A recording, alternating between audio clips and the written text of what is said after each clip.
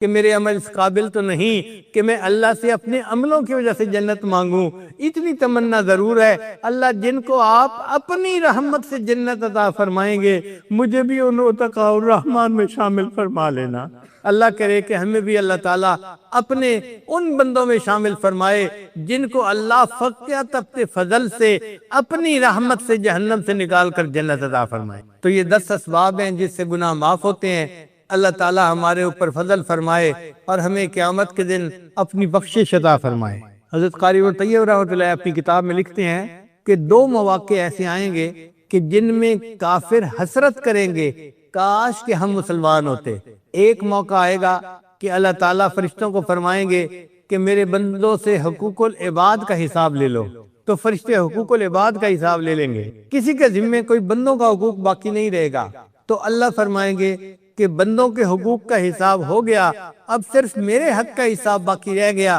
مجھے اپنی حق کا حساب لیتے ہوئے حیا آتی ہے. جس نے زندگی میں کلمہ پڑھا اس کو کہو کہ وہ جنت میں چلا جائے. ربما یود الذین کفروا لو کانوا مسلمین. یہ وہ وقت ہوگا کہ جب کافر حسرت کریں گے کاش ہم نے بھی کلمہ پڑھا ہوتا اور آج اللہ کی رحمت سے ہم بھی جنت چلے جائیں. اور دوسرا موقع وہ فرماتے ہیں کہ اس وقت آئے گا جب اللہ اپنی رحمت سے.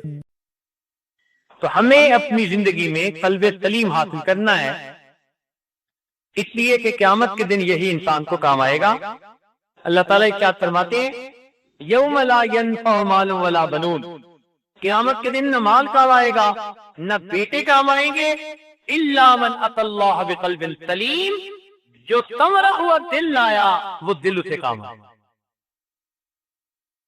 اس آیت سے معلوم ہوتا ہے کہ اللہ تعالیٰ دلوں کے بے وپاری ہے. بندے سے دل چاہتے، اے بندے اپنا دل مجھے دے.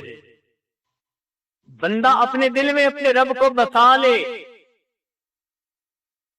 ایسی محنت کرے کہ اللہ تعالیٰ دل میں آ جائے، اللہ تعالیٰ دل میں سما جائے، بلکہ اللہ تعالیٰ دل میں چھا جائے. اس کو قلب سلیم کہتے ہیں، قلب منیب. لقمان علیہ السلام نے اپنے بیٹے کو نصیحت کی. یہ اسی افریقن کنٹری کے رہنے والے تھے، غلام تھے، مگر حکمت نے ان کو سردار بنا لیا. تو انہوں نے اپنے بیٹے کو نصیحت کی کہ اے بیٹے، میں سورج اور چاند کی روشنی میں پرورش پاتا رہا. اے بیٹے، میں سورج اور چاند کی روشنی میں پرورش پاتا رہا، مگر دل کی روشنی سے زیادہ فائدے مند میں نے کسی چیز کو نہیں دیکھی.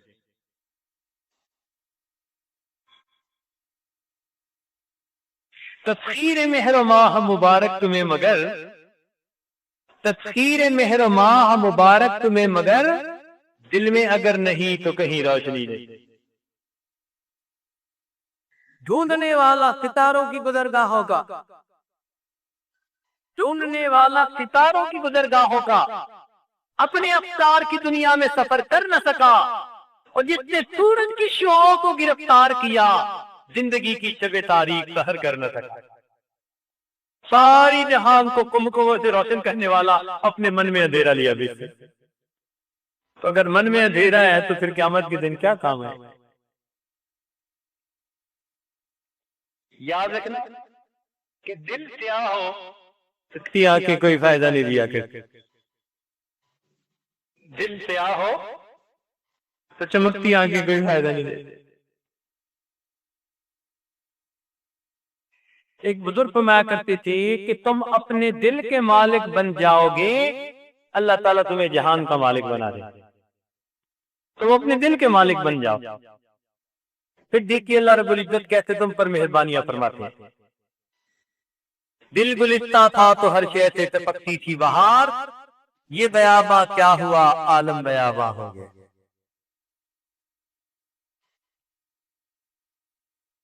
تو دل اہل اللہ کی محفل میں سنورتے ہیں.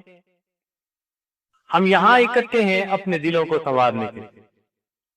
تو بس یہ آپ ذہن میں رکھیے کہ ہم نے جو یہ 10 دن ہیں یہ کوئی بھی گناہ نہیں کرنا، نہ آنکھ سے، نہ زبان تھے، نہ کان تھے، نہ دل دماغ تھے، نہ ہاتھ تھے، نہ شرمگاہ تھے۔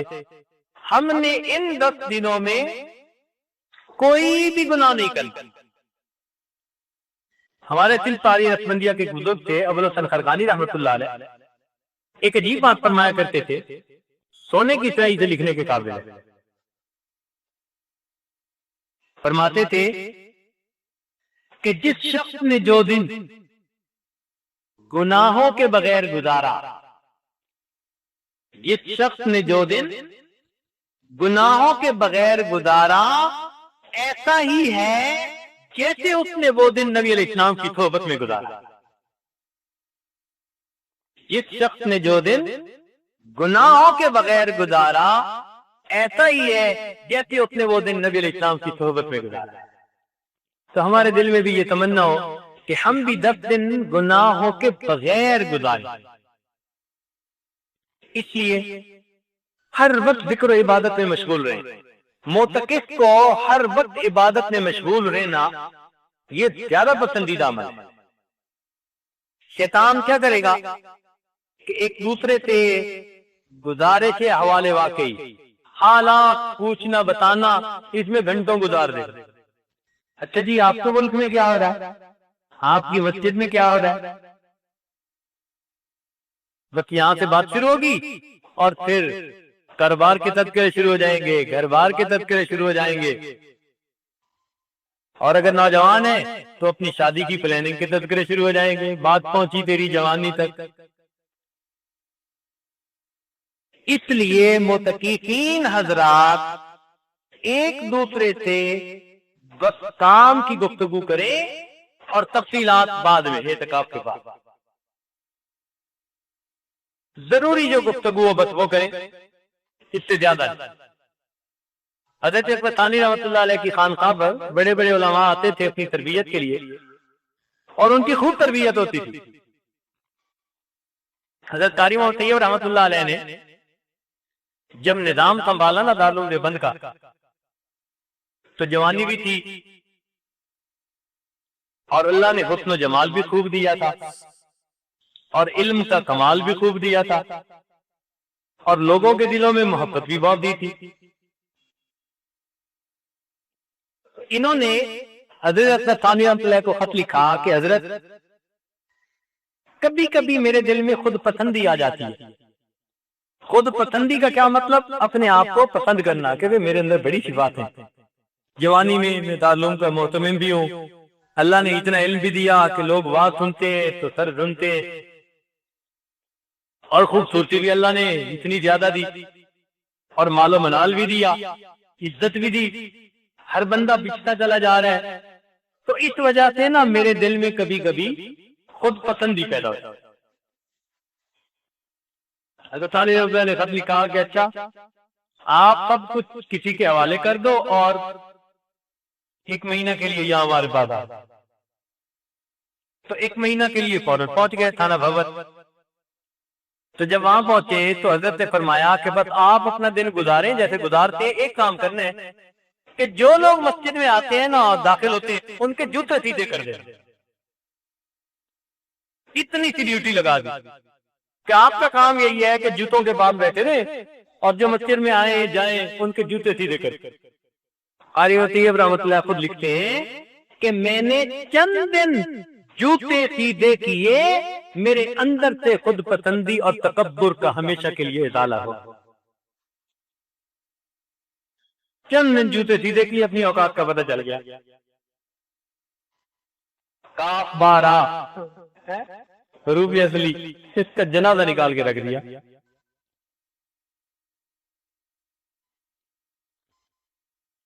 تو ایسے ہی ان حضرات کے پاس نسخے تھے کہ وہ تکبر، خود پسندی اور ایسی بیماریوں کو جڑ سے اکھاڑ کے پھینک دیتے۔ چنانچہ ایک دفعہ ان کے پاس اس خانقاہ میں حضرت مفتی محمد شفیع رحمۃ اللہ علیہ بھی پہنچ گئے اور مولانا بناری رحمۃ اللہ علیہ بھی پہنچ گئے۔ اب دونوں حضرات جوان نئے نئے پڑھ کے فارغ ہوئے اور شوق میں گئے کہ بھئی ہم نے دارالعلوم میں تو پڑھ لیا، اب کچھ بزرگوں کی بھی صحبت اختیار کریں۔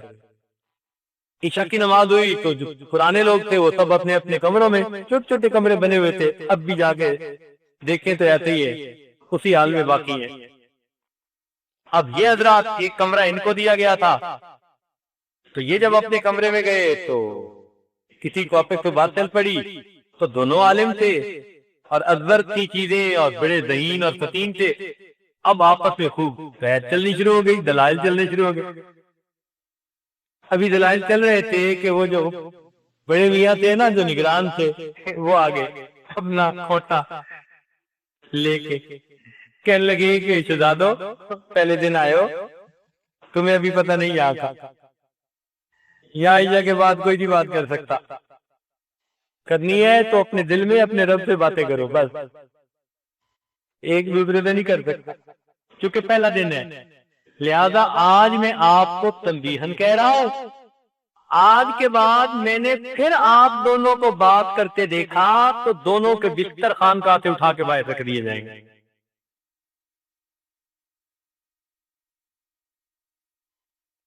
خود فرمایا کرتے تھے یہ حضرات کہ اس بڑے میاں کی بات نے نا تو ہمارا دماغ سیدھا کر دیا، پھر ہم صحیح آداب کے ساتھ رہے اور ہمیں پھر اللہ نے چپ کے مزے عطا فرما دیے۔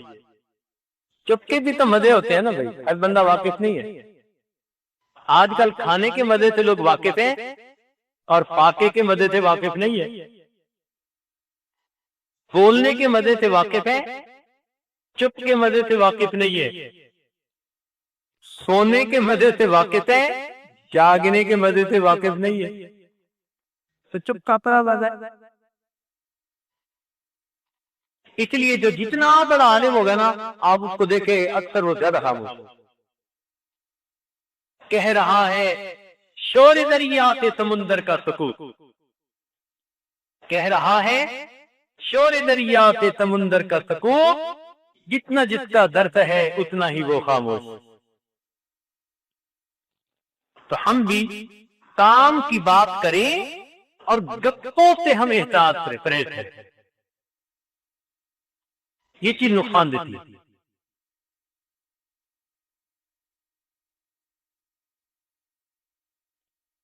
جو نمازیں پڑھنی ہے نا ان 10 دنوں میں، وہ بھی بنا قوار کے نماز پڑھیں، کوشش کریں کہ موقع اللہ تعالیٰ نے دے دیا، وقت دے دیا، اس کو کہتے ہیں تعدیل ارکان کے ساتھ نماز پڑھیں، یعنی رکوع سجود جم کے کرے، تسلی سے۔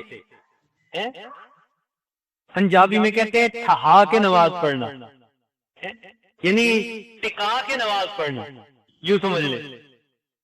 تو ان 10 دنوں میں ہم اپنی نمازیں خوب توجہ اللہ کے ساتھ پڑھنے کی کوشش کریں، خشوع کے خضوع کے ساتھ پڑھنے کی کوشش کریں، تسلی سے، جیسے کوئی تسلی سے نماز پڑھتا ہے نا، بس ایسے تسلی سے نماز پڑھیں اپنے رب کے، اس کی مشق کریں۔ آپ مشق کیجئے گا، اللہ رب العزت انشاءاللہ رحمت فرمائے۔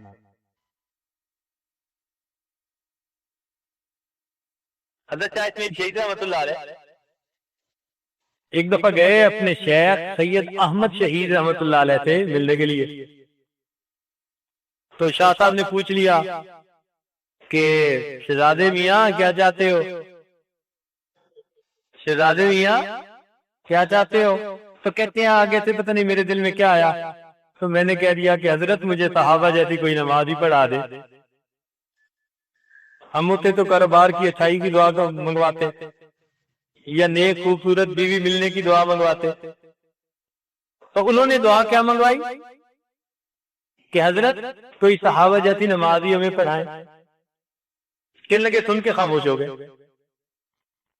رات ہوئی تو تہجد میں اٹھا تو مجھے فرمان لگے بھائی اٹھ گئے؟ کہ جی اٹھ گیا۔ فرمان لگے جاؤ اللہ کے لیے وضو کرو۔ فرماتے ہیں ان الفاظ میں پتہ نہیں کیا بجلی بھری تھی کہ اللہ کے لیے وضو کرو، کہ میرے دل پر ایک عجیب اللہ کی ہیبت عظمت طاری ہو گئی، اور میں نے جب وضو کیا تو مجھے ایسے لگ رہا تھا کہ جیسے اللہ تعالیٰ دیکھ رہے ہیں اور میں ان کے سامنے وضو کر رہا۔ کہنے لگے وضو کر کے آیا؟ تو فرمان لگے وضو کر لیا؟ میں نے کہا جی کر لیا۔ فرمانے اللہ کے لیے 2 رکعت پڑھو۔ ایسے انداز سے انہوں نے، اصل میں وہ توجہ باطنی بھی ساتھ مل رہی تھی، تو فرمایا اللہ کے لیے 2 رکعت پڑھو۔ تو یہ رکعت جو میں نے سنی نا اللہ کے لیے، تو بس اب تو میں نے 2 رکعت کی نیت باندھی اور بس میرے اوپر گریا تاری شروع ہو گئی۔ اور میں 2 رکعت پڑھوں اور میرا دل میں خیال آیا کہ میں نے تو بھائی صحیح نہیں پڑھی، پھر اگلی 2 رکعت، پھر اگلی 2 رکعت، کرتے کرتے اس رات میں میں نے 100 نفل پڑھے اور میری 2 رکعت پر بھی تسلی نہ ہوئی۔ بعد میں پھر شیخ نے بتایا کہ صحابہ ایسی نمازیں پڑھا کرتے کہ اپنی طرف سے ٹکا کے کرتے تھے اور پڑھنے کے بعد کہتے تھے ما بدنا کا حق عبادتی وما رفنا کا حق کمال۔ یہ صحابہ کی نماز۔ تو بھئی ان دنوں میں ہم بھی تعدیل ارکان کے ساتھ کس طرح نماز پڑھیں، یہ دین میں رکھنا۔ دلوں کے اجتماع کو اللہ کے ہاں قبولیت میں بڑا دخل ہے۔ اب آپ سنیے کہ ہر روز پوری دنیا میں اپنے اپنے گھروں میں لاکھوں انسان بلکہ کروڑوں مسلمان روزانہ دعا مانگتے ہیں، مگر وہ اپنے اپنے گھروں میں مانگتے ہیں، اللہ تعالیٰ کی طرف سے ان کی قبولیت کا وعدہ کوئی نہیں ہے۔ اور چند لاکھ مسلمان میدان عرفات میں اکٹھے ہو جاتے ہیں، اب ان کے دل جمع ہو گئے ایک جگہ، تو قبولیت دیکھیں کہ عرفات کے میدان میں حدیث پاک کے مطابق جو مانگتے ہیں اللہ تعالیٰ ان کی دعاؤں کو قبول فرماتا ہے، جو مانگتے ہیں دعا قبول ہوتی ہے۔ بلکہ حدیث پاک میں آتا ہے کہ اللہ تعالیٰ کے نزدیک سب سے بڑا گناہگار وہ ہوتا ہے جو عرفات میں وقوف عرفہ میں دعا مانگے اور پھر کہے کہ میری دعا قبول نہیں ہوئی، سب سے بڑا گناہگار ہو۔ اتنے اللہ تعالیٰ ناراض ہوتے ہیں۔ تو معلوم ہوا کہ مل کے جب کوئی عمل کرتے ہیں نا تو ید اللہ علی الجماع، جماعت کے اوپر اللہ کی رحمت کا ہاتھ ہوتا ہے، لہذا جب مل کے دعا مانگتے ہیں پروردگار دعاؤں کو جلدی قبول۔ حدیث پاک میں ہے کہ نبی علیہ السلام نے ایک دفعہ وعظ فرمایا، ایسا وعظ بلیغا، ایسا پرتاثیر وعظ تھا کہ ایک ابھی جو تھے نا وہ پھوٹ پھوٹ کے رونے لگے۔ جب نبی علیہ السلام نے محفل مکمل کی تو نبی علیہ السلام نے فرمایا ان کا رونا اللہ تعالیٰ کو اتنا پسند آیا، ان کی وجہ سے پوری محفل کے لوگوں کی مغفرت فرمائی۔ تو بھئی اتنے لوگ جو ہر محفل میں دعا مانگیں گے تو کوئی ایک تو اللہ کا مقبول ہوگا ہی صحیح نا، کوئی خدا کا بندہ تو ہوگا ایسا۔ ہم گناہگار سے ہی پتہ نہیں کیسے کیسے دل میں تقوی والے لوگ بیٹھے ہوئے، تو اس لیے اس وقت کو غنیمت سمجھیں اور اس میں ہم خوب اللہ تعالیٰ سے دعائیں مانگیں۔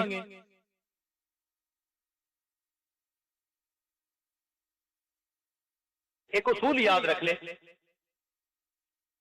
کہ جو انسان دنیا میں اللہ رب العزت سے دوستی کرنے کی نیت کرے گا، کوشش کرے گا، جو انسان دنیا میں اللہ رب العزت سے دوستی کی کوششیں کرے گا، قیامت کے دن اللہ اس کو دشمنوں کی صفوں میں کبھی کھڑا نہیں کرنا، کبھی کھڑا نہیں کرے گا، اس مالک کی رحمت گوارا نہیں کرے گی۔ یہ دنیا میں مجھ سے دوستی کی کوششیں کرتا تھا اور مجھ سے دوستی کی دعائیں مانگتا تھا، اس کو میں دشمنوں کی صف میں کھڑا کر دوں، اللہ تعالیٰ کی رحمت کبھی گوارا نہیں کرے گا۔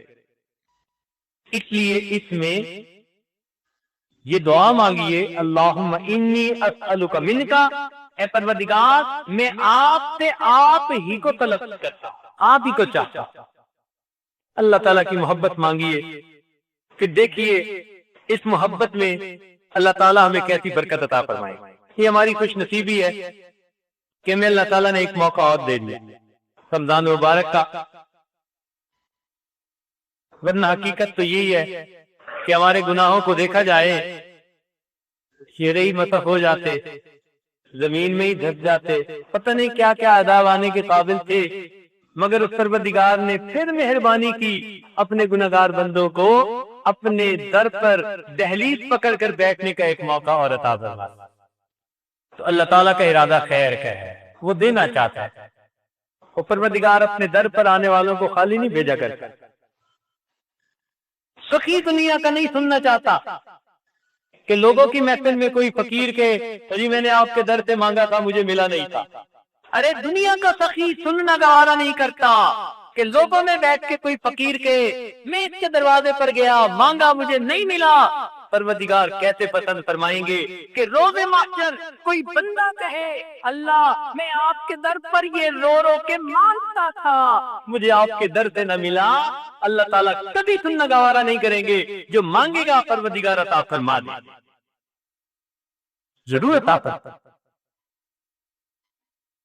اس لیے اللہ تعالیٰ دے کے خوش ہوتے اور بندہ لے کے خوش ہوتے، تو اس لیے ہم خوب مانگیں اپنے پروردگار سے ان 10 دنوں میں۔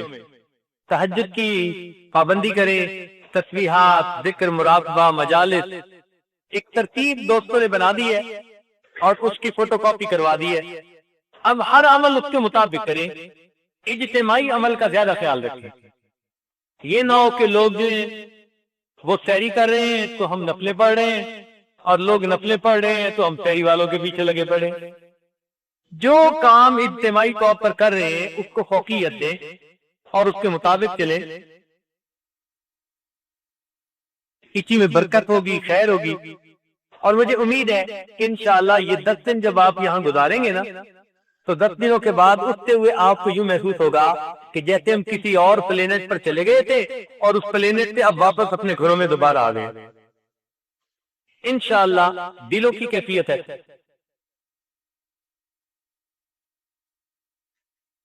فکر دنیا کر کے دیکھی، فکر عقبہ کر کے دیکھ، توجہ فرمائی۔ فکر دنیا کر کے دیکھی، فکر عقبہ کر کے دیکھ، چھوڑ کر ہم فکر سارے، ذکر مولا کر کے دیکھ، کون کس کے کام آیا، کون کس کا ہے بنا، سب کو اپنا کر کے دیکھا، اب رب کو اپنا کر کے دیکھ۔ پہلے دنیا سے دل لگائے، اب ان 10 دنوں میں رب سے دل لگا کے دیکھیں کہ وہ پروردگار کتنا مہربانیاں فرماتا ہے۔ انشاءاللہ ہم آداب کے ساتھ وقت گزاریں گے تو رب کریم ہم پر مہربانی فرمائیں گے۔ رب کریم ہم آپ سب کا یہاں حاضر ہونا قبول فرما لے۔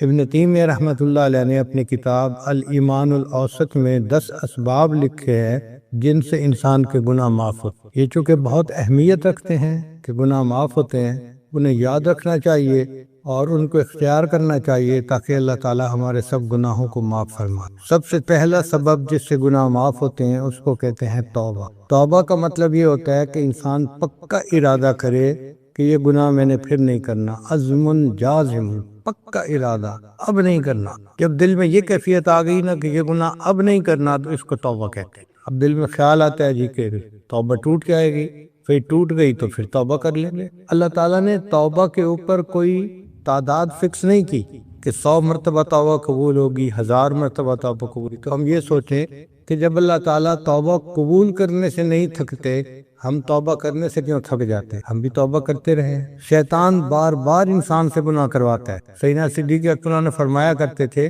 کوئی بندہ ایک دن میں 70 مرتبہ گناہ کرے اور 70 مرتبہ توبہ کرے تو ہم یہ کہیں گے کہ اس نے گناہ کیا ہی نہیں۔ التائب من الذنب کمن لا ذنب لہ، گناہ کرنے والا ایسے ہوتا ہے جیسے اس نے، توبہ کرنے والا ایسے ہوتا ہے جیسے اس نے گناہ کیا ہی نہیں ہے۔ توبہ ڈیلیٹ کمانڈ کی مانند ہے۔ آپ اگر کسی میسج کو ڈیلیٹ کر دیں تو وہ میسج ایسے ہوتا ہے جیسے ان باکس میں ہے ہی نہیں۔ اسی طرح جس گناہ سے ہم نے توبہ کر لی اللہ اس کو مٹا دیتے ہیں ایسے جیسے وہ گناہ کیا ہی نہیں تھا۔ نبی علیہ الصلوۃ والسلام نے ارشاد فرمایا کل بنی آدم خطاء، سب بنی آدم خطا کار ہے۔ کوئی بندہ یہ نہیں کہہ سکتا جی مجھ سے کوئی غلطی نہیں ہوئی یا ہوتی نہیں ہے۔ کل بنی آدم خطاء، ہر بندہ گناہ گار ہے، خطا کار ہے۔ وخیر الخطاءین التوابون، اور سب سے بہتر خطا کار وہ ہے جو توبہ کرتا ہے۔ تو گناہ گار ہم ہیں، لیکن اگر ہم توبہ کر لیں گے تو ہم بہترین گناہ گار بن جائیں۔ اس لیے توبہ کرنی ہر بندے پر لازم۔ علماء نے لکھا ہے کہ دنیا کے ہر انسان پر توبہ کرنی ضروری ہے۔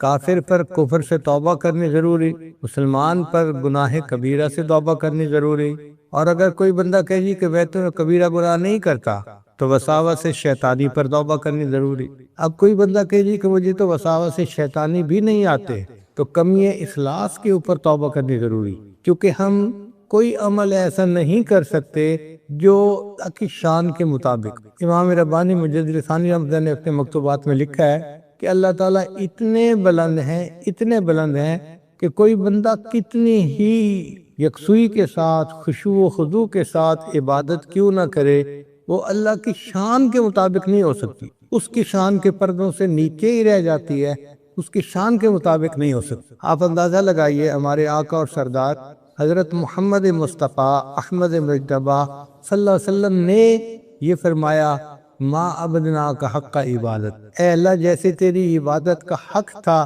وہ حق ادا میں نہیں کر سکا۔ اگر وہ امام الانبیاء بھی عبادت کا حق ادا نہیں کر سکے تو ہم کس کھیت کی گاجر مولی ہیں بے، ہماری کیا اوقات ہے۔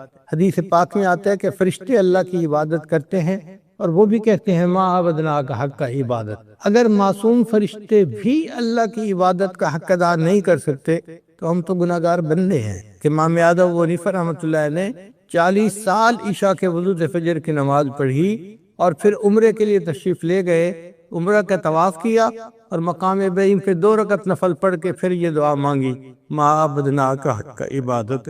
اگر ایسے حضرات بھی فرماتے ہیں کہ ہم عبادت کا حق ادا نہیں کر سکے تو ہم کیا حق ادا کریں گے؟ ہماری عبادت تو کسی کام کی نہیں۔ اگر ایک چیونٹی کو کوئی کہے کہ تم سپر کمپیوٹر کی تعریف کرو تو چیونٹی کیا تعریف کرے گی سپر کمپیوٹر؟ ہماری حیثیت اس چیونٹی سے بھی چھوٹی ہے، اور اللہ تعالیٰ کی تعریف کرنا اس کے سامنے تو کوئی اور تعریف ہو ہی نہیں سکتی، تو ہم کیا اللہ کی تعریف کر سکیں گے؟ ہم نہیں کر سکتے، ایسی عبادت کر ہی نہیں سکتے جو اللہ کی شایان شان ہو۔ اب یہاں سوال پیدا ہوتا ہے کہ جب ایسی عبادت کر ہی نہیں سکتے تو پھر عبادت میں ثواب کیسا ملتا ہے؟ علماء نے اس کا جواب کیا ہے، اگر آپ کا بیٹا ہو اور آپ اس کو پہلے دن اسکول چھوڑ کے آئیں تو شام کو بیٹا گھر آتا ہے، ابو میں نے لکھنا سیکھا، آپ کہتے ہیں تختی دکھاؤ، وہ تختی دکھاتے ہیں، اس کے اوپر ٹیڑھی میڑھی لکیریں لگی ہوتی ہیں، کچھ سمجھ نہیں آتا، سیاہی کے دھبے لگے ہوتے ہیں، مگر آپ بچے کا دل رکھنے کے لیے اس کو آئس کریم لے کے دے دیتے ہیں۔ اب یہ آئس کریم اس کی خوش خطی کا انعام نہیں ہے، اس محبت کی وجہ سے ہے جو آپ کو بچے کے ساتھ ہے کہ آپ نے اس کا دل رکھ لی۔ ہم جو عبادت کرتے ہیں کوئی اس کی کوالٹی اچھی نہیں ہوتی کہ ہمیں اجر ملے گا۔ ان اللہ بالناس لرؤوف الرحیم، اللہ تعالیٰ اپنے بندوں پر مہربان ہے، اس کی رحمت اور رأفت کا تقاضا ہے کہ بندہ جیسی بھی عبادت کرتا ہے اللہ اس کی عبادت پر اجر عطا کرتا ہے۔ مگر ذہن میں یہی رکھنا چاہیے کہ ہماری عبادت تو کسی قابل نہیں۔ اس سے کیا ہوتا ہے کہ بندے کے اندر عجب نہیں آتا، خود پسندی نہیں آتی، ورنہ تو 2 نفلیں پڑھ کے بندہ سمجھتا ہے کہ پتہ نہیں میں کیا ہو گیا ہوں، اور جو نہیں پڑھتا وہ تو پتہ نہیں کتنے برے ہیں۔ ایسی بات ہرگز نہیں ہے۔ تو پہلا عمل جس سے گناہ معاف ہوتے ہیں وہ ہے گناہوں سے توبہ کرنا۔ دوسرا عمل جس سے گناہ معاف ہوتے ہیں وہ ہے استغفار۔ استغفار اور توبہ بہت قریب ہیں، مگر استغفار اصل میں کہتے ہیں ندامت کو، شرمندگی کو، کہ بندہ جو عمل کرے، گناہ کرے، اس پر استغفار کرے، دل کے اندر ریپینٹنس محسوس کرے۔ جب ہم یوں محسوس کرتے ہیں نا، یار مجھے ایسا نہیں کرنا چاہیے تھا، یار مجھ سے غلطی ہو گئی، مجھ سے بلنڈر ہو گیا، آئندہ ایسا نہیں کروں گا، یہ جو دل کے اندر ندامت اور افسوس ہوتا ہے نا، یہ اصل میں استغفار ہے کہ دل پچھتاتا ہے کیوں کر بیٹھا، نہیں کرنا چاہیے تھا۔ اس لیے حدیث پاک میں فرمایا الندم توبۃ، کہ ندامت دل میں ہونا یہ بھی توبہ ہی ہے۔ تو استغفار ندامت کو کہتے ہیں، اور توبہ آئندہ گناہ نہ کرنے کا عزم صمیم کرنا، مصمم ارادہ کرنا، اس کو کہتے ہیں۔ اور استغفار بھی ہر بندے کو کرنی چاہیے، اور اپنی نیکیوں پر بھی استغفار کرنا چاہیے۔ رابعہ بصریہ اللہ کی نیک بندی کہا کرتی تھی، استغفارنا یحتاج الی استغفار، کہ ہم جو اللہ کے سامنے استغفر اللہ کی تسبیح پڑھتے ہیں نا، وہ اتنی غفلت سے پڑھ رہے ہوتے ہیں، اس استغفار کے اوپر ہمیں استغفار کرنے کی ضرورت ہے۔ اس لیے شریعت نے نیکی کے بعد استغفار کرنے کا حکم دیا۔ آپ دیکھیے ایک بندہ وضو کرتا ہے، وہ نیک کام کرتا ہے، اعضاء کے گناہ دھل جاتے ہیں۔ حدیث پاک میں آتا ہے چہرے کے گناہ دھل جاتے ہیں، ہاتھ پاؤں کے گناہ دھل جاتے ہیں، لیکن وضو کرنے کے بعد جو دعا منگوائی گئی اس دعا میں ہے استغفرک و اتوب الیک۔ پھر نماز پڑھنا ایک عبادت ہے، نماز کے بعد بھی استغفار سکھایا گیا۔ حدیث مبارکہ میں نبی اسلام جب نماز کا سلام پھیرتے تھے تو 1 مرتبہ فرماتے تھے اللہ اکبر، اور 3 مرتبہ فرماتے تھے استغفر اللہ استغفر اللہ استغفر اللہ۔ بندہ سوچے بھئی کوئی گناہ تو نہیں نہ کیا، نماز پڑھی ہے، اس نماز پر کیا استغفار؟ علماء نے لکھا کہ اصل مقصد یہ تھا نبی علیہ السلام کا کہ اے اللہ جو میں نے نماز پڑھی ہے میں نے آپ کی عبادت کا حق ادا نہیں کیا، اللہ اکبر، اللہ آپ اس سے بھی زیادہ بلند ہیں، اس سے بھی زیادہ اونچی شان والے ہیں۔ اور 3 مرتبہ جو نبی صاحب نے استغفار فرمایا، اس کا مطلب یہ تھا اللہ جو مجھ سے نماز میں غفلت ہوئی، کوتاہی ہوئی، اس کو پلیز معاف کر کے میری نماز کو قبول کر لیجئے، قبول کر لیجئے، قبول کر لیجئے۔ یعنی استغفر اللہ کا مطلب یہ ہوا پلیز پلیز پلیز، اللہ جیسی کیسی نماز پڑھی ہے بس آپ اس کو قبول فرما لیجئے۔ بندہ اپنے اللہ سے یہ فریاد کر رہا ہوتا ہے۔ حتیٰ کہ ایک آدمی تہجد کی نماز پڑھتا ہے، تہجد کی نماز کتنی بڑی عبادت ہے، اس کے بعد بھی استغفار۔ اللہ تعالیٰ فرماتے ہیں کانوا قلیلا من اللیل ما یہجعون وبالاسحار ہم یستغفرون، کہ وہ میرے بندے جو راتوں کو عبادت کرتے تھے، سحری کے وقت وہ بھی استغفار کیا، ساری رات عبادت کے بعد بھی استغفار کرنا۔ حج کتنا بڑا عمل ہے کہ ایک آدمی اگر حج مبرور کر لے تو رجع کیوم ولدت امہ، حدیث مبارکہ میں ہے وہ اس طرح گناہوں سے پاک ہو کے واپس لوٹتا ہے جیسے اس کے گناہوں سے پاک تھا جب اس کی ماں نے اس کو جنم دیا تھا۔ اتنا عظیم عمل، اور حج کے بعد بھی استغفار سکھایا گیا۔ چنانچہ اللہ تعالیٰ فرماتے ہیں کہ اس کا مطلب یہ ہوا کہ ہر عبادت کے بعد ہم استغفار کرنا چاہیے، اور استغفار سے اللہ تعالیٰ کی برکتیں بہت اترتی، ہماری زندگی کا ہر مسئلہ استغفار سے ٹھیک ہو سکتا۔ حسن رضی اللہ تعالیٰ عنہ تشریف فرما سے ایک بندہ آیا، حضرت گناہ بہت زیادہ ہو گئے ہیں، کوئی عمل بتائیں۔ فرمایا استغفار کرو۔ ایک دوسرا بندہ آیا، حضرت بڑے دنوں سے بارش نہیں ہوئی، قحط سالی کا خطرہ ہے، کوئی عمل بتائیں۔ فرمایا استغفار کرو۔ ایک بندہ آیا، حضرت بہت غریب ہوں، کوئی عمل بتائیں اللہ مجھے مال دے دے۔ فرمایا استغفار کرو۔ ایک بندہ آیا، حضرت بیٹیاں ہی بیٹی ہیں، بیٹا نہیں ہے، دعا کرو اللہ مجھے بیٹا دے، کوئی عمل بتائیں۔ فرمایا استغفار کرو۔ ایک بندہ آیا، جی میرا باغ ہے، کوئی عمل بتائے کہ پھل اچھے ہوں۔ فرمایا استغفار کرو۔ ایک بندہ آیا، جی میری زمین ہے، دعا کرو چشمہ نکل آئے، پانی نکل آئے۔ فرمایا استغفار کرو۔ اب سننے والا بندہ بڑا پریشان، حضرت آپ کے ہاتھ میں عجیب نسخہ آ گیا، کیوں پریشانی لے کے آتا ہے؟ آپ کہتے ہیں استغفار کرو، استغفار کرو۔ تو حسن اللہ نے جواب دیا کہ بھائی میں نے اپنی طرف سے کچھ نہیں بتایا، یہ علاج تو اللہ نے قرآن مجید میں بتایا ہے، استغفروا ربکم انہ کان غفارا۔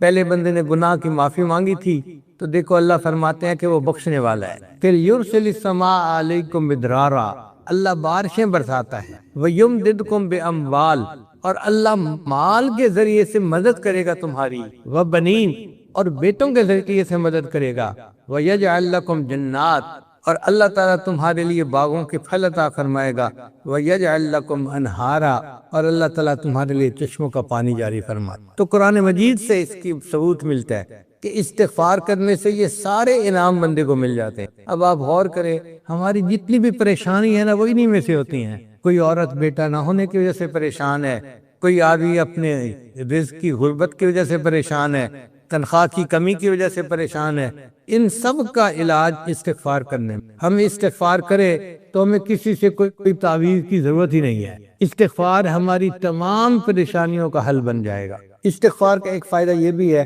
کہ بندہ مستجاب الدعوات بن جاتا۔ چنانچہ امام احمد بن حنبل رحمۃ اللہ علیہ کا مشہور واقعہ ہے، ایک مرتبہ انہیں قریبی بستی میں جانا تھا، تو امام صاحب نے سوچا کسی کو خادم کے طور پہ کیا لے کے جانا، میں اکیلا چلا جاتا ہوں اور کام کر کے آ جاتا۔ آپ نے اپنی چھوٹی سی گٹری اٹھائی اور سفر پہ روانہ ہو گئے۔ عشاء کی نماز کے وقت ایک بستی میں پہنچے۔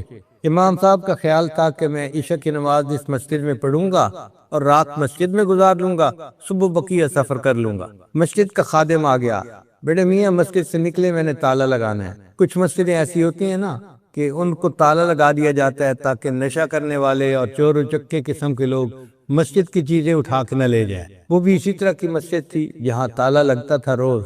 اب امام صاحب حیران کہ میں نے تو سوچا تھا میں مسجد میں رات گزار لوں گا اور خادم کہتے ہیں کہ جاؤ یہاں سے، تو سوچ رہے ہیں بیٹھے ہوئے۔ جب امام صاحب تھوڑا سوچ میں پڑے نا تو خادم غصے میں آ گیا، بیٹے میاں میری بات سمجھ نہیں آ رہی، آپ نکلیں یہاں سے ورنہ میں آپ کا سامان اٹھا کے باہر پھینک دوں گا اور آپ کو دھکے دے کے نکال دوں گا۔ امام صاحب بڑے پریشان، یا اللہ آپ مجھ سے خفا ہو گئے کہ آپ اپنے گھر میں مجھے رات قیام ہی نہیں کرنے دے رہے۔ یہ بندہ مجھ سے اتنا ترشروئی سے بات کر رہا ہے۔ خیر امام صاحب مسجد سے باہر نکلے، دیکھا کہ مسجد کے دروازے کے بالکل ساتھ ایک تنور تھا، نان بائی کی دکان تھی، روٹیاں پکانے والے کی، جیسے افغانی روٹیاں پکتی ہیں نا تنور پہ لوگ لے کے جاتے ہیں، تو ایک نوجوان لڑکا روٹیاں پکا رہا۔ امام صاحب نے سوچا سردی بھی ہے، اگر میں تنور کے پاس بیٹھ کے وقت گزار لوں تو وقت بھی گزر جائے گا اور صبح میں پھر سفر شروع کر دوں گا۔ تو امام صاحب نے اس نوجوان سے پوچھا بھئی کیا میں یہاں بیٹھ سکتا ہوں؟ اس نے کہا بڑے میاں بیٹھ جائیے۔ امام صاحب بیٹھ گئے، وہ نوجوان اپنا روٹیاں لگاتا رہا۔ امام صاحب نے ایک عجیب بات دیکھی، وہ جب آٹے کا پیڑا بناتا نا تو استغفر اللہ پڑھتا، پھر روٹی اس کی بناتا تو استغفر اللہ پڑھتا، پھر وہ روٹی تنور کے اندر لگاتا تو استغفر اللہ پڑھتا، پھر جب روٹی پکتی اور وہ تنور سے نکالتا تو استغفر اللہ پڑھتا۔ ہر سٹیپ پہ وہ استغفر اللہ پڑھتا ہی جا رہا تھا۔ کوئی 1 گھنٹہ امام صاحب بیٹھے رہے اور دیکھتے رہے، پھر امام صاحب نے مسکرا کے اس کی طرف دیکھا۔ نوجوان نے پوچھا بڑے میاں آپ مجھے مسکرا کے کیوں دیکھ رہے ہیں؟ امام صاحب نے کہا کہ میں اس پر حیران ہوں کہ تو اتنا زیادہ استغفار کرتا ہے، پیڑا بناتے ہوئے استغفار، روٹی بناتے ہوئے استغفار، روٹی لگاتے ہوئے استغفار، روٹی نکالتے ہوئے استغفار، ہر قدم پہ موقع پہ آپ استغفار پڑھ رہے ہیں۔ اس نے کہا جی میں استغفار کثرت سے پڑھتا ہوں، اس لیے کہ اس کے بدلے اللہ میری دعائیں قبول فرماتے ہیں۔ تو امام صاحب نے اس سے پھر تصدیق کی کہ کیا تیری سب دعائیں قبول ہوتی ہیں؟ تو نوجوان سوچ کر کہنے لگا کہ میں نے زندگی میں جتنی دعائیں مانگی ہیں میری سب دعائیں قبول ہوئی ہیں سوائے ایک دعا کے، اس دعا کی قبولیت کا میں انتظار کر رہا ہوں۔ امام صاحب نے پوچھا کون سی دعا؟ کہنے لگا کہ میں نے لوگوں سے سنا ہے کہ امام احمد بن حنبل بڑے محدث ہیں، بڑے فقیہ ہیں، بڑے بزرگ آدمی ہیں، میں یہاں سے چھٹی کر کے جا نہیں سکتا کہ ان کی زیارت کروں، تو میں نے اللہ سے دعا مانگی تھی اللہ امام احمد بن حنبل سے میری ملاقات کروا دینا، اس دعا کی قبولیت کا میں انتظار کر رہا ہوں، باقی دعائیں میری سب قبول ہو گئی۔ امام صاحب آگے بڑھے، اس نوجوان کو گلے لگا لیا، نوجوان مبارک ہو، اللہ نے تیری اس دعا کو قبول کر لیا، میرا نام احمد بن حنبل ہے۔ پھر امام صاحب کہنے لگے اب مجھے بات سمجھ میں آئی، اگر میں مسجد میں رات گزار کے چلا جاتا تو میری آپ سے ملاقات نہ ہوتی، اللہ نے آپ سے ملاقات کرنی تھی، آپ کی دعا کو قبول فرمانا تھا، اللہ نے مجھے مسجد سے نکلوا کے تمہارے پاس بٹھایا اور یوں مجھے آپ سے ملاقات کا موقع ملی۔ تو جو استغفار کثرت کے ساتھ کرتا ہے وہ مستجاب الدعوات بن جاتا ہے، اور ہم بھی کثرت سے کر سکتے ہیں۔ حدیث مبارکہ میں آتا ہے طوبی لمن وجد فی صحیفتہ استغفارا کثیرا، قیامت کے دن جس بندے کو اپنے نامہ اعمال میں زیادہ استغفار لکھا ہوا ملے گا وہ بڑا خوش نصیب، اس کو مبارک ہو۔ اب ہم مدرسے جا رہے ہیں تو ہماری زبان پہ استغفار ہو سکتا ہے، جاتے ہوئے بھی پڑھتے جائیں، آتے ہوئے بھی پڑھتے جائیں، سینکڑوں نہیں ہزاروں کی تعداد میں ہم استغفار پڑھ سکتے ہیں۔ اگر ہم پڑھیں نا استغفر اللہ ربی من کل ذنب و اتوب الیہ، تو یہ پورا استغفار ہے۔ اور علماء نے لکھا ہے کہ جو یہ نہ پڑھ سکے وہ صرف اتنا پڑھے استغفر اللہ استغفر اللہ استغفر اللہ، تو یہ بھی استغفار مکمل ہے۔ عورتیں اپنا کھانا بناتے ہوئے استغفر اللہ ہزاروں دفعہ پڑھ سکتی ہیں، گھر کی صفائی کرتے ہوئے استغفر اللہ پڑھتی رہیں، گھر بھی صاف ہو جائے گا اور دل کی بھی میل بھی صاف ہو جائے گا۔ تو ہمیں استغفار بہت کثرت کے ساتھ کرنا چاہیے، اور اس سے جو گھروں کی پریشانیاں سب ختم ہو جائے گی استغفار کو کثرت کے ساتھ کرنے کی وجہ۔ تو پہلا عمل جس سے گناہ معاف ہوتے ہیں وہ ہے توبہ، اور دوسرا عمل جس سے گناہ معاف ہوتے ہیں اس کا نام ہے استغفار۔ اور ایک بات اور ذہن میں رکھیے کہ انسان اپنے عملوں پہ کبھی بھروسہ نہ کرے، میں نے تو یہ 3 چیزیں لگائے ہیں اور میں تو بڑا صوفی ہوں، گھنٹہ مراقبہ کرتا ہوں، تسبیحات پڑھتا ہوں، میں تو بڑی تلاوت کرتا ہوں، نمازیں پڑھتا ہوں، ہمارے سارے عمل بس اللہ قبول کر لے یہ اس کی رحمت ہے، ورنہ عمل اس قابل نہیں کہ قبولیت پا جائے۔ یہ بات ذہن میں رکھیے کہ جنت میں جو بندہ جائے گا نا وہ اللہ کی رحمت سے جنت میں جائے گا، عملوں کے بدلے کوئی جنت میں نہیں جا سکتا، اگرچہ اللہ نے اپنی رحمت سے کہہ دیا ہے جزاء بما كانوا يعملون، کہ یہ بدلہ ہے جو عمل کرتے تھے، یہ اللہ کی رحمت ہے، ورنہ ہمارے عمل اس قابل نہیں کہ ہم عملوں کی وجہ سے جنت میں جائیں۔ علماء نے اس کی ریزن لکھی ہے، وہ فرماتے ہیں پہلی وجہ تو یہ ہے کہ عمل اس کوالٹی کے ہے ہی نہیں جو اللہ کی شایان شان ہو، تو ہم ان عملوں پر جنت کا مطالبہ کیسے کر سکتے ہیں؟ پھر دوسری بات کہ عمل ہمارے فانی ہیں، فانی عملوں پر باقی رہنے والی نعمتوں کا طلب کرنا یہ عقل سے بعید ہے، یہ پاسبل ہی نہیں ہے کہ فانی عملوں پر انسان ہمیشہ رہنے والی نعمتوں کا حقدار بنے۔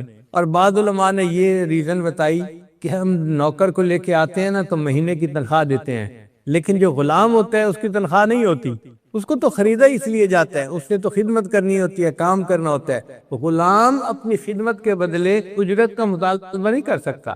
بھئی غلام کا جو مرتبہ اپنے آقا کے سامنے ہے نا، ہمارا اللہ کے سامنے مرتبہ اس سے بھی نیچے ہے۔ ہم اللہ کے بندے ہیں، اللہ نے پیدا ہی کیا عبادت کے لیے، تو ہم اس پر اجر کا مطالبہ کیسے کر سکتے ہیں؟ حق ہی نہیں رکھتے۔ اس لیے کوئی کتنی عبادت کیوں نہ کرتے، وہ جنت کا مطالبہ نہیں کر سکتا اللہ سے۔ بخاری شریف کی روایت ہے، بنی اسرائیل میں ایک آدمی تھا جو اللہ کا عاشق تھا۔ اس نے دیکھا سمندر میں ایک جگہ ایک پہاڑی کی چوٹی نکلی ہوئی ہے، یعنی پہاڑ تھا سمندر کے اندر اور اس کی چوٹی نکلی ہوئی تھی۔ اس نے اس چوٹی کے اوپر ایک کمرہ بنایا اور اس کا خیال یہ تھا کہ کوئی مجھے ڈسٹرب نہ کرے، میں یکسوئی سے اللہ کی عبادت کروں۔ اور اس کمرے میں اس نے 400 سال تک اللہ کی عبادت کی۔ اب آپ اندازہ لگائیے، ہماری تو عمر ہی ابھی 50-60 کے قریب ہے، یہ 40 ہے۔ اس نے 400 سال اللہ کی عبادت یکسوئی کے ساتھ کی۔ کیسا خوش نصیب انسان تھا۔ پھر اس نے دعا مانگی کہ یا اللہ، اگر یہ ممکن ہے کہ مجھے نماز کے سجدے میں موت آئے تو مجھے نماز کے سجدے میں موت دے دینا۔ بخاری شریف میں ہے کہ اللہ نے اس کی دعا کو قبول کر لیا اور نماز میں سجدے کی حالت میں اسے موت آئی۔ 400 سال عبادت کی اور سجدے کی حالت میں اس کو موت آئی۔ اب اس کی روح جب اللہ کے سامنے پیش ہوئی، اللہ نے فرشتوں سے فرمایا اس بندے کو میری رحمت سے جنت دے جاؤ۔ اس نے کہا رب بعملی، اے اللہ نہیں، میرے عملوں کی وجہ سے، میں نے 400 سال آپ کی عبادت کی ہے اور سجدے میں مجھے موت آئی ہے، تو میرے عملوں کی وجہ سے جنت ملے۔ اللہ نے پھر فرمایا میری رحمت سے جنت دے دو۔ اس نے کہا رب بعملی، اللہ میرے عملوں کی وجہ سے۔ جب 2 دفعہ اس نے کہا نا، تو اللہ نے فرمایا اچھا میرے فرشتوں، جو اس کو میں نے نعمتیں دی اور جو اس نے عبادت کی، ذرا ان کا آپس میں حساب کر لو۔ اب فرشتوں نے جب حساب کیا تو پوری زندگی کی عبادت صرف آنکھوں کی بینائی کی نعمتوں کا شکر ادا نہ کرتے تھے۔ اللہ نے فرمایا میرے بندے، تیری پوری زندگی کی عبادت بینائی کا شکر ادا نہ کر سکی، اور تجھے تو میں نے کتنی نعمتوں سے نوازا تھا، فرشتوں لے جاؤ اس کو جہنم میں۔ اب جب فرشتوں نے اس کو گھسیٹا جہنم کی طرف تو وہ رونے لگا، اللہ اپنی رحمت سے جنت دے دیجیے، اللہ اپنی رحمت سے جنت دے دیجیے۔ اللہ کی رحمت جوش میں آئی، اللہ نے فرمایا ہاں اب تجھے بات سمجھ میں آئی، میں تجھے اپنی رحمت سے جنت عطا فرما۔ نبی علیہ السلام نے ارشاد فرمایا کہ اللہ تعالیٰ نے جنت کو پیدا کیا تو فرمایا انت رحمتی، اے جنت تو میری رحمت ہے، ارحم بک من اشاء، میں جس پر چاہوں گا تیرے ذریعے سے اپنی رحمت کر دوں گا۔ تو اللہ کی رحمت سے ہمیں جنت ملے گی، عملوں کی وجہ سے جنت نہیں مل سکتی۔ چنانچہ ایک صحابی نے نبی علیہ السلام سے پوچھا اے اللہ کے حبیب صلی اللہ علیہ وسلم، آپ کو بھی اللہ کی رحمت سے جنت ملے گی؟ نبی علیہ السلام نے فرمایا ہاں، الا ان یتغمدنی اللہ برحمتہ، اللہ کی رحمت میرے اوپر غالب آئی تو مجھے جنت ملے گی، اپنے عملوں سے جنت نہیں مل سکتی۔ تو یہ بات ذہن میں رکھ لیجئے، کیونکہ مدرسہ پڑھنے والے طلباء طالبات اکثر عجب کے شکار ہوتے ہیں، دوسروں کو کم نظر سے دیکھتے ہیں، فلاں تو بے نمازی ہے، فلاں تو بے پردہ عورت ہے، فلاں تو ایسا ہے، فلاں تو ایسا ہے، اور ہم تو بس نیک ہیں، عبادت کرتے ہیں، نیکی کرتے ہیں۔ ٹھیک ہے، اللہ نے توفیق دی ہوئی ہے، اس کا شکر ادا کرنا چاہیے، مگر اپنی نیکیوں پر یا اچھے اعمال پر فریفتہ نہیں ہونا چاہیے۔ کام اگر بنے گا تو اللہ کی رحمت سے بنے گا، لہذا روتے رہنا چاہیے اور اللہ سے معافیاں مانگتے رہنا چاہیے۔ تیسرا عمل جس سے گناہ معاف ہوتے ہیں، الحسنات الماحیہ، انسان جو نیک عمل کرتا ہے نا، اس کی وجہ سے اللہ گناہوں کو معاف فرما دیتا ہے۔ چنانچہ مشہور حدیث ہے کہ بنی اسرائیل کی ایک بدکار عورت تھی، اس نے پیاسے کتے کو پانی پلایا تھا، اللہ نے اس کے بدلے اس کے سب گناہوں کو معاف کر دیا تھا۔ اس لیے نیک اعمال جتنا کر سکے اتنا کرنے چاہیے۔ شیطان بہت بدبخت ہے، پتہ ہے طلباء طالبات کو یہ آ کے مغالطہ ڈالتا ہے، او جی ہم اوپر سے تو بڑے نیک بنے ہوئے ہیں، لیکن ہمارے دل کے اندر گناہوں کے خیالات ہیں، غفلت ہے، فلاں ہے، تو پھر پڑھنے کا کیا فائدہ؟ مطلب یہ کہ تم پڑھنا ہی چھوڑو تاکہ پتہ ہی کٹ جائے تمہارا۔ تو شیطان کی اس بات کو نہ مانے، بھائی ٹھیک ہے ہمارے گناہ ہیں، لیکن جو نیکیوں کی توفیق اللہ نے دی ہے وہ نیکیاں تو ہم کرتے رہیں نا۔ ہو سکتا ہے ان نیکیوں کی وجہ سے اللہ ان گناہوں کو بھی معاف فرما دے۔ جہاں موقع ملے کوئی بھی نیکی کرنے کا تو بھاگ کے نیکی کریں، دوڑ کے نیکی کریں۔ مثال کے طور پر ہر روز تو امتحان نہیں نہ ہوتے، تو کئی مرتبہ نفل پڑھنے کا ٹائم ہوتا ہے، مگر طلباء یہ سوچتے ہیں جی ہم تو طلباء ہیں، ہمیں نفل پڑھنے کی کیا ضرورت ہے؟ بھئی اگر اللہ نے موقع دیا ہے تو نفل کیوں چھوڑے، پڑھے۔ کیا پتا اسی جگہ کا سجدہ اللہ کے ہاں قبول ہونا ہو، تو موقع اللہ نے دیا ہے تو اس موقع کو ضائع نہ ہونے دیں۔ حتیٰ کہ اگر آپ بیٹھے ہیں اور قرآن مجید کے صرف ایک صفحہ پڑھ سکتے ہیں نا، اتنا ہی ٹائم ہے تو صفحہ ہی پڑھ لیں۔ کیا پتا قرآن مجید کا وہ پڑھا ہوا صفحہ ہی اللہ کو پسند آ جائے اور اسی پہ ہماری بخشش ہو جائے۔ تو اصول یہ بنا لیں کہ نیکی کا موقع جب بھی ملے، جہاں بھی ملے، نیکی چھوڑنی نہیں ہے، کیونکہ نیکیوں سے اللہ گناہ معاف کرتے ہیں۔ ان الحسنات یذہبن السیئات، اللہ فرماتے ہیں نیکیاں برائیوں کو مٹا دیتی ہیں۔ پھر چوتھا عمل جس کی وجہ سے گناہ معاف ہوتے ہیں، دعاء المؤمنین للمؤمن، کہ مومنین کے لیے جو مومن دعا کرتا ہے اس سے بھی گناہ معاف ہوتے ہیں۔ اس لیے ماں باپ کو دعا کے لیے کہیں، بہن بھائیوں کو دعا کے لیے کہیں، دوستوں کو کہیں، استادوں کو کہیں، عمر میں کوئی بڑا نظر آئے اس کو کہیں، کوئی نیک نظر آئے اس کو کہیں۔ حدیث مبارکہ میں ہے کہ نبی علیہ السلام نے حضرت عمر لانو کو فرمایا جب وہ عمرے کے لیے جا رہے تھے، اے بھائی ہمیں اپنی دعاؤں میں نہ بھولنا۔ اللہ کے محبوب کو دعاؤں کی ضرورت نہیں تھی، امت کی تعلیم کے لیے نبی السلام نے فرمایا اے بھائی ہمیں اپنی دعاؤں میں یاد رکھنا۔ تو ہمیں بھی ہر ایک کو کہنا چاہیے جی ہمارے لیے دعا کرے، دعا کرے، یہ ایک اچھی عادت ہے۔ اور ویسے بھی دنیا میں کوئی مومن بھی نماز پڑھتا ہے، اس کی نماز پڑھنے پر دنیا کے باقی تمام مومنین کے گناہوں کی مغفرت ہوتی ہے۔ آپ دیکھیں ہم نماز پڑھتے ہیں نا، رب اجعلنی مقیم الصلاۃ ومن ذریتی، ربنا وتقبل دعا، ربنا اغفر لی ولوالدی وللمؤمنین یوم یقوم الحساب۔ تو ہم اپنی نماز میں پوری دنیا کے ایمان والوں کے لیے دعا کر رہے ہوتے ہیں۔ اب ہم نے جو نماز پڑھی، ہماری اس دعا کی وجہ سے پوری دنیا کے ایمان والوں کے گناہوں کی بخشش ہو گئی۔ پھر پانچواں عمل جس سے گناہ معاف ہوتے ہیں، ما یعمل للمیت من اعمال البر، مرنے والے بندے کی طرف سے جو ہم قرآن پاک کی تلاوت کرتے ہیں، مسجد بنواتے ہیں، مدرسہ بنواتے ہیں، مسافرگاہ بنواتے ہیں، تو یہ صدقہ جاریہ کی چیزوں کا ثواب بھی اس بندے کو ملتا ہے۔ اچھا اس پہ بعض لوگوں کو نا مغالطہ ہوتا ہے، وہ کہتے ہیں جی کہ جب بندہ فوت ہو گیا تو انقطع عملہ الا ثلاث، اس کے عمل منقطع ہو جاتے ہیں سوائے 3 عملوں کے۔ اور 3 عملوں میں سے کون سے ہیں؟ سب سے پہلے اگر اس نے نیک اولاد چھوڑی تو نیک اولاد کے عملوں کا ثواب اسے ملتا ہے۔ پھر دوسرا اس نے کوئی صدقہ جاریہ کا عمل کیا تو اس کا بھی ثواب ملتا ہے۔ اور تیسرا اس نے اگر کسی کو علمی فائدہ پہنچایا تھا، دین پڑھایا تھا، سکھایا تھا تو اس کا بھی فائدہ پہنچتا ہے۔ اس کے علاوہ کوئی ثواب نہیں پہنچتا۔ اب کچھ نادان لوگ یہ سمجھتے ہیں کہ ہم جو ان کی طرف سے تلاوت کرتے ہیں نا اس کا ثواب نہیں پہنچ سکتا چونکہ عمل تو ختم ہو گئے۔ بھئی اللہ کے بندے، ہم جو تلاوت بیٹھے کر رہے ہیں تو یہ کس کا عمل ہے؟ یہ اسی کا عمل ہے کہ اس نے نیکوں کے دل میں اپنی محبت پیدا کی۔ ایسے بھی بندے ہیں جو مرتے ہیں، ان کی یاد میں کرکٹ کے میچ ہوتے ہیں، ان کی یاد میں ریچھ کتے کی لڑائیاں ہوتی ہیں، میلے لگتے ہیں۔ اس نے نیکوں کے دل میں اپنی جو محبت پیدا کی، یہ کس کا عمل ہے؟ اس مرنے والے کا اپنا عمل ہے، اور اس محبت کی وجہ سے ہم اس کے لیے تلاوت کر رہے ہوتے ہیں تو یہ اسی کا عمل ہے اور اس کا ثواب اس کو یقیناً مل کے رہتا ہے۔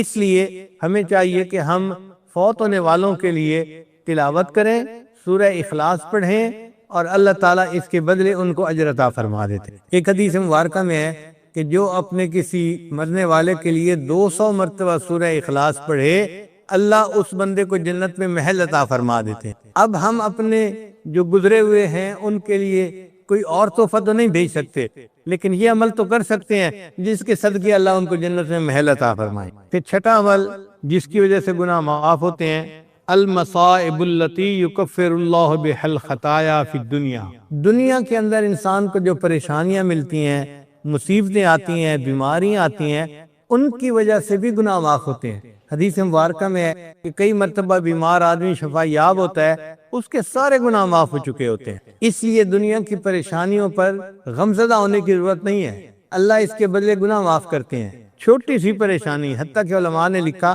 کسی بندے کے گھر میں چراغ جل رہا تھا، ہوا کا جھونکا آیا اور چراغ بجھ گیا، اور چراغ کے بجھنے پر اس نے انا للہ پڑھ لی، اس چراغ کے بجھنے پر بھی اللہ اس کے گناہوں کو معاف فرما دیتے۔ کسی بندے کی 2 جیبیں تھیں، اس نے ایک جیب کے اندر اپنی کنجی ڈالی، چابی ڈالی گھر کی، اب جب نکالنے کا وقت آیا تو اس نے دوسری جیب میں ہاتھ ڈال لیا تو دوسری جیب خالی تھی، تو جب خالی تھی تو اس کو ایک ذہنی صدمہ ہوا، اوہ میری چابی کہاں گئی؟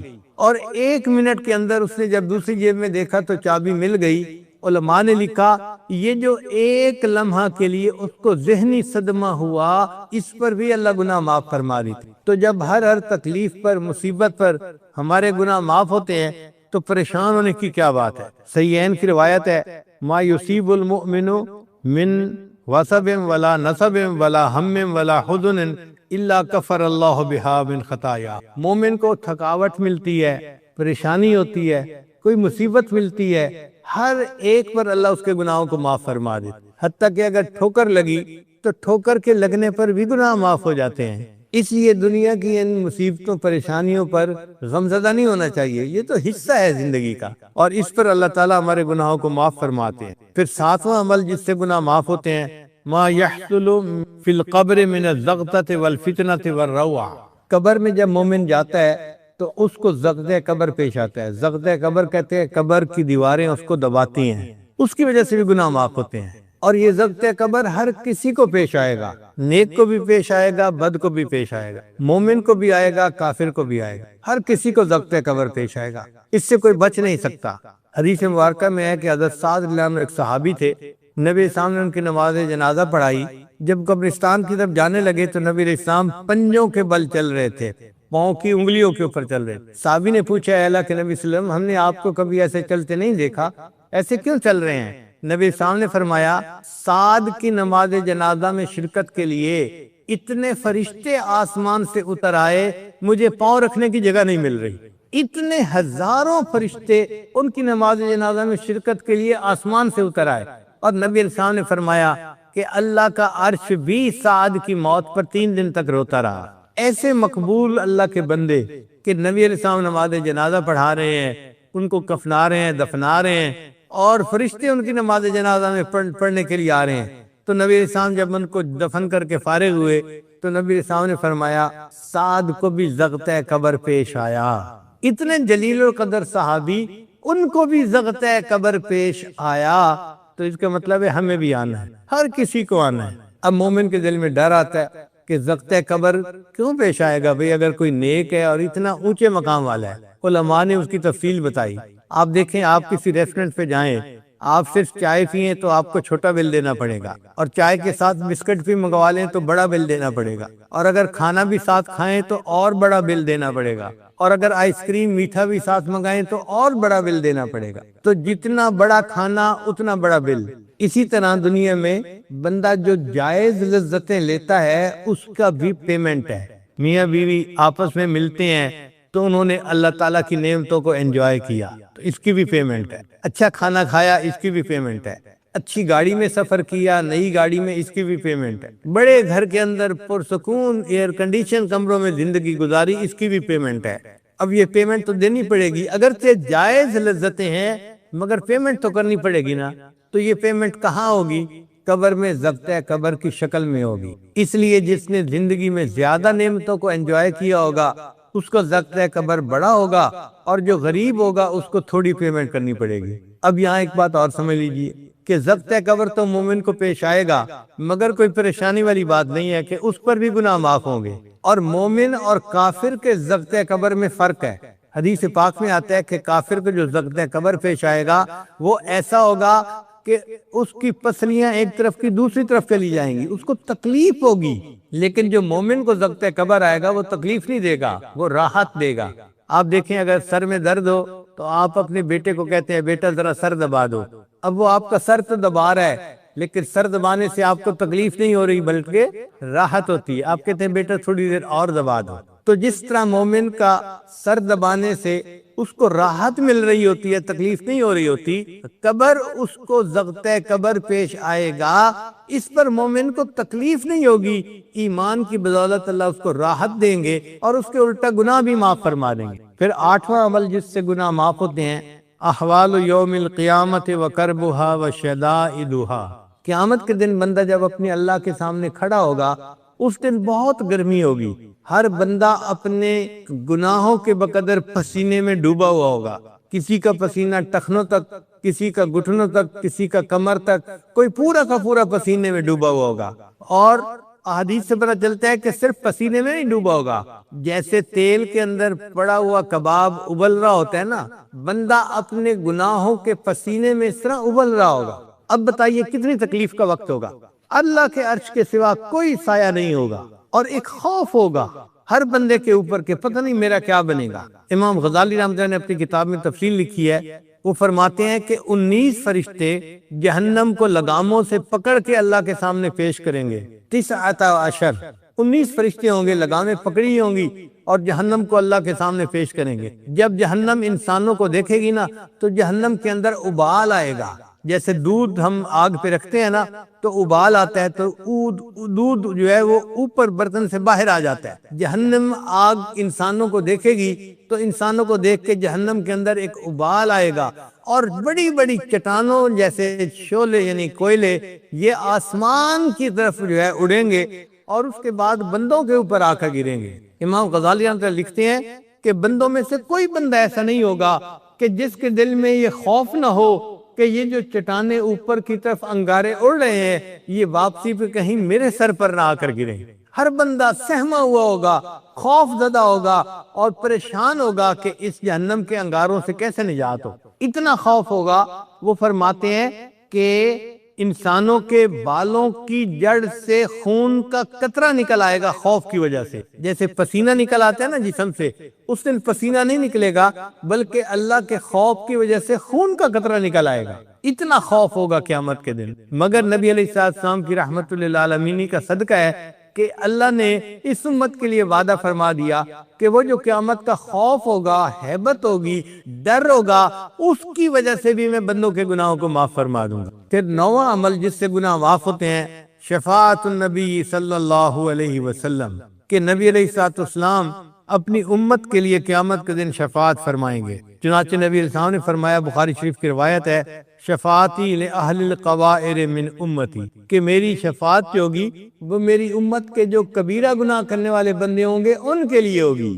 چنانچہ نبی علیہ السلام نے فرمایا، خیرت بین ان یدخل نصف امتی الجنہ و بین شفاعہ، اللہ نے مجھے چوائس دیا، اختیار دیا، اے میرے محبوب صلی اللہ علیہ وسلم، اگر آپ چاہیں تو آپ کی آدھی امت کو بلا حساب جنت دے دوں گا، اور اگر آپ چاہیں تو جن کی آپ شفاعت کریں گے میں ان کو جنت دے دوں گا۔ نبی علیہ السلام فرماتے ہیں، فاخترت الشفاعہ، میں نے شفاعت کو پسند کر لیا، چن لیا۔ تو صحابی نے پوچھا، اے اللہ کے نبی، جب آپ نے شفاعت کو چن لیا تو آپ کی شفاعت سے کتنے لوگ جائیں گے؟ فرمایا، آدھی امت سے زیادہ میری شفاعت سے جنت میں چلے جائیں۔ اس نے پھر سوال پوچھا، اے اللہ کے نبی صلی اللہ علیہ وسلم، کیا یہ شفاعت آپ کی المذنبین للمذنبین، گناہگاروں کے لیے ہوگی، للمتقین، یہ کیا متقی لوگوں کے لیے ہوگی؟ نبی علیہ السلام نے فرمایا، نہیں، یہ مذنبین کے لیے ہوگی، خطا کاروں کے لیے ہوگی، المتلوثین، جو ملوث ہوں گے گناہوں میں ان کے لیے ہوگی، اور اللہ ان کو بھی جنت عطا فرما دیں گے۔ علماء نے لکھا ہے کہ نبی علیہ السلام کی شفاعت اس بندے کو نصیب ہوگی جس کے دل میں سنت کا احترام ہوگا۔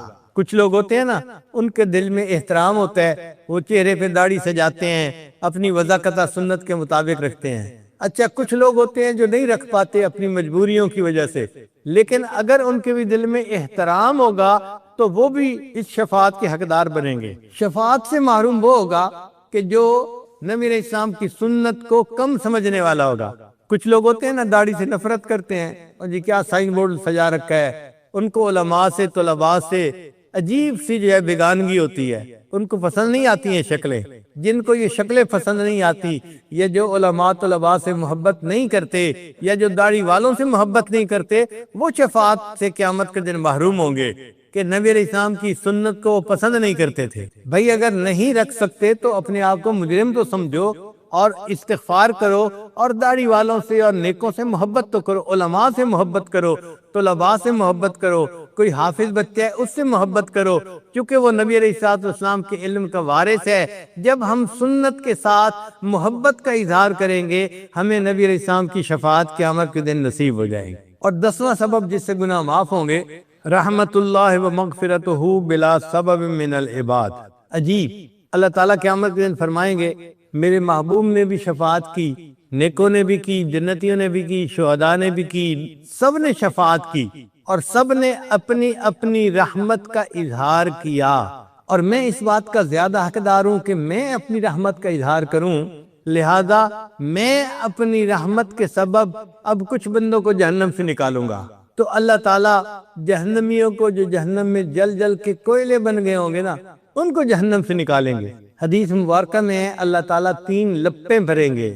لپ کہتے ہیں کہ اگر گندم کا ڈھیر لگا ہو اور میں یوں اپنی دونوں ہتھیلیوں سے بھروں تو سینکڑوں دانے تو میری ہتھیلی میں آ جائیں گے، اور اگر کوئی بڑی کرین ہو اور اس سے ہم بھریں تو ہزاروں دانے اس کرین میں آ جائیں گے۔ اب اگر ایک کرین کے اندر ہزاروں دانے آ جاتے ہیں تو آپ سوچئے اللہ تعالیٰ کتنے عظیم ہے، جب وہ لپ بھریں گے تو کھرب ہا کھرب انسان اللہ کی اس لپ میں آ جائیں گے اور اللہ ان کو جہنم سے نکال دیں گے۔ امام غزالی رحمۃ اللہ لکھتے ہیں ایک حوض ہوگا پانی کا، تو فرشتہ ان جلے ہوئے کوئلے کی طرح جو جسم والے لوگ ہوں گے نا، ان کو کہے گا اغتسل فی ھذا الغدیر، اس تالاب کے اندر غسل کر لو۔ جب وہ تالاب میں غسل کریں گے تو ان کے جسم پھر ہرے بھرے بالکل تر و تازہ ہو جائیں گے، وہ صحیح انسان بن کے تالاب سے نکل آئیں گے۔ پھر اللہ تعالیٰ فرشتوں کو کہیں گے کہ اب ان کو جنت پہنچا دو، تو فرشتے ان میں سے ہر بندے کے ماتھے کے اوپر ایک مہر لگائیں گے، ایک سٹیمپ لگائیں گے، اس کے اوپر لکھا ہوگا اتقاء الرحمن، یہ وہ بندے ہیں جو فقط اللہ کی رحمت کی وجہ سے بخشے گئے ہیں اور یہ جنت میں جا رہے ہیں۔ اب یہ اتقاء الرحمن جب جنت میں جائیں گے تو یہ جنتیوں کے ساتھ زندگی گزاریں گے، مگر جنتی وہاں ان کے ساتھ مذاق کریں گے، ہم پر تو اللہ کا فضل ہو گیا، ہم تو ڈائریکٹ جنت میں آ گئے، اور دیکھو یہ مہر لگی ہوئی ہے، یہ وایا جہنم آیا ہے، یہ بھی وایا جہنم آیا ہے، یہ بھی وایا جہنم آیا ہے۔ تو جب وہ ان کو کہیں گے کہ یہ تو وایا جہنم آئے ہوئے لوگ ہیں، تو ایک وقت آئے گا کہ سب اتقاء الرحمن مل کر اللہ کے سامنے فریاد کریں گے، اللہ جب آپ نے اپنی رحمت سے ہمیں جنت میں پہنچا ہی دیا، اس مہر کی وجہ سے ہم پہچانے جاتے ہیں، ہم جہنم کے واسطے سے ہو کر آئے ہیں، اب برائے مہربانی اس مہر کو بھی ہٹا دیجئے تاکہ ہم جنت میں آرام کی زندگی گزار سکیں۔ تو اللہ تعالیٰ اپنی رحمت سے وہ مہر کا نشان بھی ہٹا دیں گے۔ امام غزالی رحمۃ اللہ یہ پوری تفصیل لکھنے کے بعد لکھتے ہیں کہ میرے عمل اس قابل تو نہیں کہ میں اللہ سے اپنے عملوں کی وجہ سے جنت مانگوں، اتنی تمنا ضرور ہے، اللہ جن کو آپ اپنی رحمت سے جنت عطا فرمائیں گے مجھے بھی ان اتقاء الرحمن میں شامل فرما لینا۔ اللہ کرے کہ ہمیں بھی اللہ تعالیٰ اپنے ان بندوں میں شامل فرمائے جن کو اللہ فقیہ تبت فضل سے اپنی رحمت سے جہنم سے نکال کر جنت عطا فرمائے۔ تو یہ 10 اسباب ہیں جس سے گناہ معاف ہوتے ہیں۔ اللہ تعالیٰ ہمارے اوپر فضل فرمائے اور ہمیں قیامت کے دن اپنی بخشش عطا فرمائے۔ حضرت قاری ابن طیب رحمۃ اللہ اپنی کتاب میں لکھتے ہیں کہ 2 مواقع ایسے آئیں گے کہ جن میں کافر حسرت کریں گے کاش کہ ہم مسلمان ہوتے۔ ایک موقع آئے گا کہ اللہ تعالیٰ فرشتوں کو فرمائیں گے کہ میرے بندوں سے حقوق العباد کا حساب لے لو، تو فرشتے حقوق العباد کا حساب لے لیں گے، کسی کے ذمے کوئی بندوں کا حقوق باقی نہیں رہے گا۔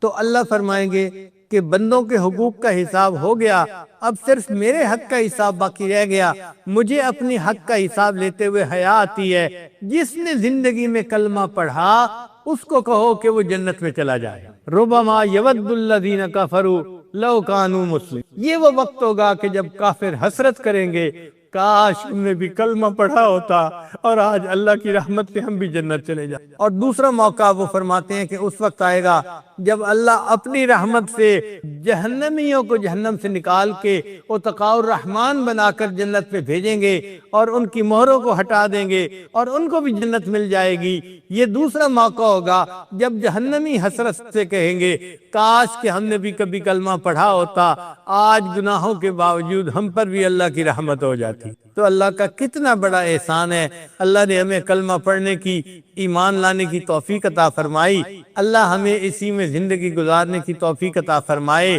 اسی کلمے پہ ہمیں موت آئے اور قیامت کے دن اسی کلمے کے ساتھ اپنے رب کے سامنے کھڑا ہونا نصیب فرمائے۔ وآخر دعوانا ان الحمد للہ رب العالمین۔ www.darsequran.com